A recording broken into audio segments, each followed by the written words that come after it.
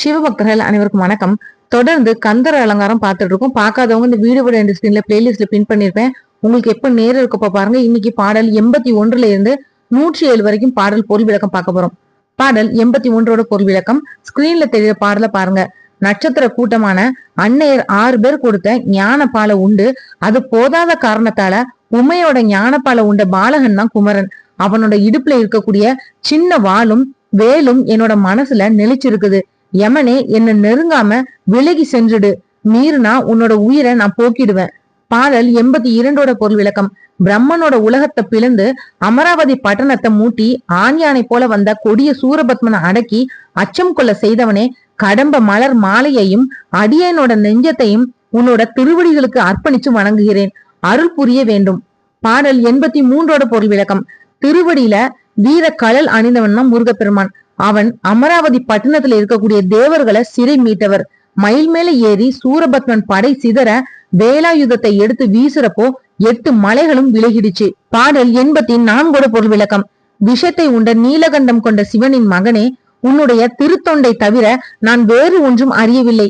நான் படித்த கல்வியும் போனது, துன்பம் தரக்கூடிய உறவினர்களும் ஊராரும் கதறி அழ என்னுடன் இருந்த 5 புலன்களும் என்னை கை கழுவி விட்டன. இந்த உடலை நான் விடும்போது உன் திருவடியை நான் சரணடைந்தேன். பாடல் 85ஓட பொருள் விளக்கம். இரு கண் பார்வையையும் நுனி மூக்களை வச்சு உச்சந்தலைக்கும் மலர் துவாரமும் நேரே இருக்கும்படி பிராணவாயு உள்ளே உலாவும்படி செஞ்சு சாதனை என்று கூறும் யோக நெறியினரே, வள்ளியம்மையின் கணவனாக கந்தவேலின் திருவடியில் உள்ளத்தை செலுத்துங்கள். முக்தி அடைய இதுவே சிறந்த வழி. பாடல் 86ஓட பொருள் விளக்கம். சங்கு சக்கரம் ஏந்திய திருமாலும் பிரம்மனும் அடிமுடி காணாத சிவபெருமானின் மகன் வேலாயுதம் ஏந்திய முருகன் ஒளி வீசும் கொண்டை உடையதும் தன் கால்களையே ஆயுதமாக கொண்ட சேவலை கொடியில் நிறுத்தி கொண்டவன் முருகன்.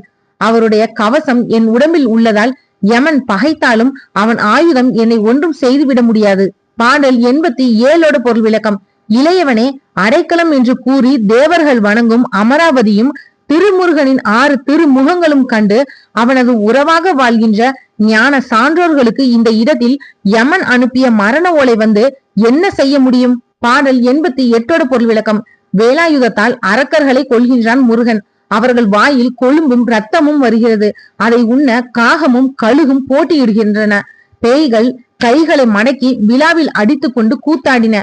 வேலாயுதம் ஏந்திய முருகனை மனதால் போற்றி தலையால் வணங்காத மனிதர்களுடன் சேராமல் வீடு பேறு அடையுங்கள். பாடல் 89ஓட பொருள் விளக்கம். திருமாலின் மகனான பிரம்மனை முருகன் காலில் விளங்கிட்டதை மறந்து விட்டானா? அதனால்தான் பிறவிக்குரியவர்களின் பட்டியலில் என் பெயரும் எழுதிவிட்டானே என்று புலம்பி அளவும் கிரௌஞ்சமலை கதறவும் இதை முருகன் அறிந்ததால் பிரம்மனுக்கு மேலும் 2 விலங்குகள் பூட்டிவிடுவான். பாடல் 90ஓட பொருள் விளக்கம். திருமாலின் மருமகனை, சபாபதியின் மகனை, உண்மையான இறைவனை கெண்டை மீன்கள் நிறைந்த வயல்களும் சோலைகளும் சூழ்ந்த திருச்செங்கோட்டில் உள்ள கந்தவேலை கண்டு வணங்குவதற்கு பிரம்மதேவன் எனக்கு 4000 கண்களை தர வேண்டும். பாடல் 91ஓட பொருள் விளக்கம். கருப்பு திருமாலின் மருமகன் வள்ளியை களவியில் முறையில் திருமணம் செய்தவன். சேவலை கையில் கொடியாய் பிடித்தவன். தேவர்களுக்காக போரிட்டவன். மாமரமாக நின்ற சூரனை 2ஆக பிளந்தவன். பாக்கு மரங்களும் மாமரங்களும் நிறைந்த திருச்செங்கோட்டில் அருள் புரிபவன். அவனை மனதாலும் வாயாலும் வாழ்த்துவதே நலமாகும். பாடல் 92ஓட பொருள் விளக்கம். கோபமும் தண்டாயுதமும் கொண்ட சூரன் விண்ணும் மண்ணும் கைப்பற்றினான். தேவலோகத்தை அவன் பறித்து கொண்ட போது அவர்கள் இந்த உலகத்தை விட்டு ஓடாதபடி வேலாயுதத்தால் காத்தவன். அவன் ஞான கண்ணால் நோக்கி நம் அருகில் நிற்பான். அவனது திருவடி தாமரையில் நின்று வணங்கும் பேறு பெறுவோம். பாடல் 93ஓட பொருள் விளக்கம். மண்ணை உண்டவர் திருமால். அவரின் வலம்புரி சங்கின் ஒளியானது விண்ணிலும் மலர் சோலைகளிலும் அழகிய குளத்திலும் கேட்டது. வேலாயுதம் எடுத்து மலைகள் பொடிபட ஊதிய குமரன் இடுப்பில் கட்டிய கிண்கிணி ஓசை 14 உலகங்களுக்கும் எதிரொலித்தது. பாடல் 94ஓட பொருள் விளக்கம். கொடி போன்றதும் காது வரை பார்ப்பதும் மீன் போன்றதும் கனி போன்ற வாயும் உள் ஒன்று வைத்து புறம் ஒன்று பேசும் தன்மையும் மனதை மயக்கும் புன்னகை தவளும் பற்களும் உடைய பெண்களை கண்டு மயங்கும் நெஞ்சமே, திணை புனத்தை காத்தவரும் குரவள்ளியை சேர்ந்த முருகனின் திருவடியை வணங்காமல் இருக்கின்றாயே. பாடல் 95ஓட பொருள் விளக்கம். பன்றி வடிவம் எடுத்த திருமாலின் மருமகனும் அருளாளனுமான முருகனின் நல்லுரை கேட்கும் பேரு எனக்கு கிடைத்தது. அதற்கு சாட்சி ஒருவரும் இல்லை. வெட்ட வெளியில் அந்த பரம்பொருளை பற்றி அறிய முடிந்தது. நான் எனது என்று செருக்கு நீங்கி இரண்டு அல்ல ஒன்றாகி நின்றால் அந்த பரம்பொருள் பற்றிய மெய்ஞானம் கிட்டாது. பாடல் 96 பொருள் விளக்கம். முருகனின் மயிலே, உலகத்து உயிர்களின் துன்பம் நீக்க உன்னை அவன் தனியே விட்டால் இமயத்திற்கு அப்பாலும் உன் தோகையுடன் பறந்து சென்று கடலுக்கு அப்பாலும் சூரியனுக்கு அப்பாலும் சக்கரவாள மலைக்கு அப்பாலும் 8 திசைக்கு அப்பாலும் நீ உலவி வருவாய். பாடல் 97 பொருள் விளக்கம். சேல் மீன்கள் நிறைந்தது செங்கோட்டு வயல்கள். அந்த ஊர் மலை மேலே இருக்கக்கூடிய முருகனின் வாகனமான மயில் பேரொளி செஞ்சு ஆதிசேஷனின் படங்களை கொண்ட பாம்பை தாக்கும்.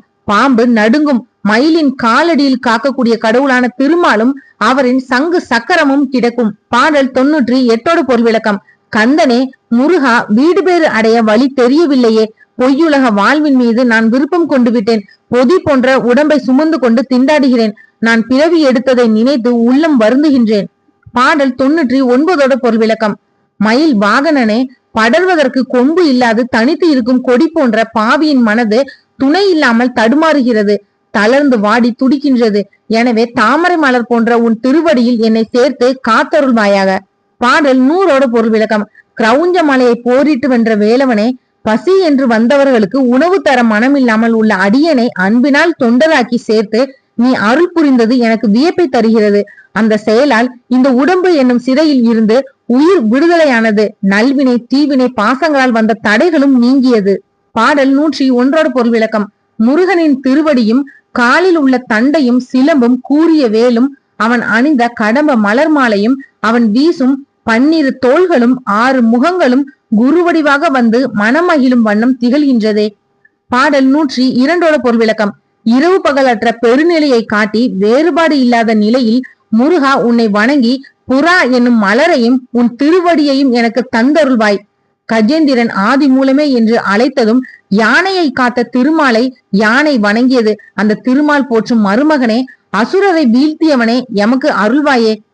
பாடல் 103 பொருள் விளக்கம். தாமரை மலரில் இருந்து தேனும் மொட்டும் சிந்தும் திருச்செங்கோட்டில் அருள் வழங்கும் முருகா என்று நினைத்தாலும் அந்த இடத்தில் சிவப்பு நிறம் படியுமாறு பகைவர் மீது வீசிய கூர்வடிவேலும் 6 திருமுகமும் 12 திரு கைகளும் கொண்டு எனக்கு முன்னே வந்து அருள்வாயே. பாடல் 104 பொருள் விளக்கம். குளங்களும் வயல் வெளிகளும் சூழ்ந்த திருத்தணியில் உள்ள சேவர் கொடியோனே, இந்திரனின் தெய்வமே, பிறவி பிணிக்கு காரணமான பாவ புண்ணியங்கள் வராதபடியும் உன் அருள் திருவடிகளை எப்போதும் வணங்கும் நிலையில் இருக்கின்றேன்.